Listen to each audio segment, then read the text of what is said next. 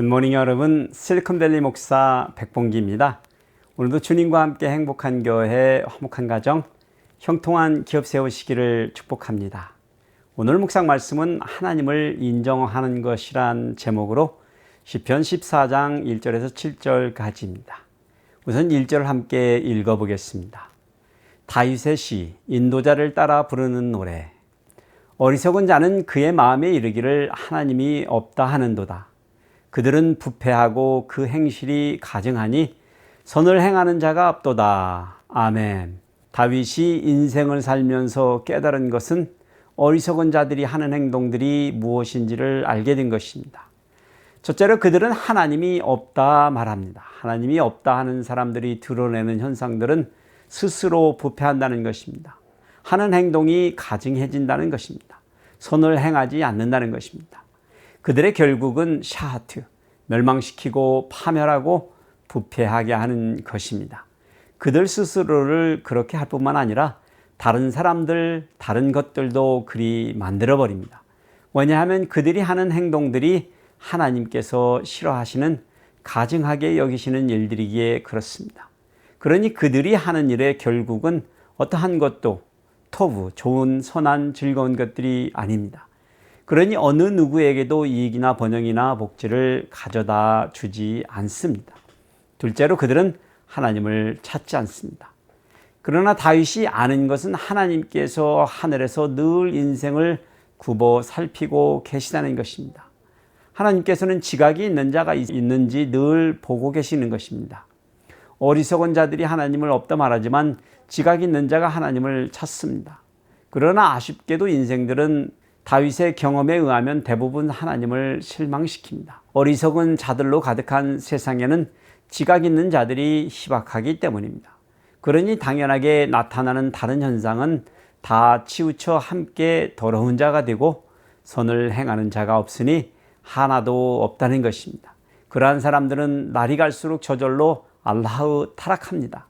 그러니 선한 일을 만들어 내지 못한다는 것입니다. 셋째로 그들은 하나님을 부르지도 않습니다. 4절에서 다윗은 어리석은 자나 지각이 없는 자가 아닌 죄악을 행하는 자를 거론합니다. 그러면서 그들이 무지하다고 고발하면서 그들이 떡 먹듯이 내 백성을 먹으면서 여호와를 부르지 아니하는도다 말합니다. 구체적으로 무엇에 대하여 무지한지, 어떻게 그들이 하나님의 백성에게 행했는지를 밝히고 있지는 않지만 본 구절은 그들이 아마도 떡 먹듯이 백성들에게 악을 행하고 있음을 고발하는 표현으로 보입니다.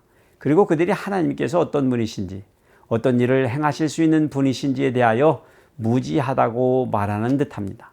그런데 한 가지 확실한 것은 그들이 겉으로는 평화로운 듯해도 5절에 그러나 거기서 그들은 두려워하고 두려워하였으니 라고 그들의 숨겨진 실상을 밝혀줍니다. 왜요? 그들에게는 하나님이 계시지 않기 때문입니다. 그러니 하나님을 모르는 자들, 하나님을 찾지 않는 자들, 하나님을 부르지도 않는 자들이 가진 공통점은 그들 편에는 하나님의 은혜가 있지 않다는 것입니다. 그러나 의인에게는, 가난한 자들에게는 하나님이 그들의 피난처가 되어주십니다. 여기에서 의인들은 의로운 일을 행하는 자들을 말하는 것이 아닙니다. 여기에서 가난한 자들은 남들이 가진 것이 없는 자들을 말하는 것이 아닙니다. 하나님을 의지하는 자들입니다. 하나님을 필요로 하는 자들을 의미합니다. 그러니 하나님께서 의인 중에 계십니다. 그러니 하나님께서 가난한 자들의 피난처가 되어 주십니다. 그렇습니다. 하나님은 그런 분이십니다. 우리의 구원자이십니다. 그러니 자기의 백성을 포로된 곳에서 구해 주실 때 그의 백성된 자들은, 이스라엘은 기뻐합니다.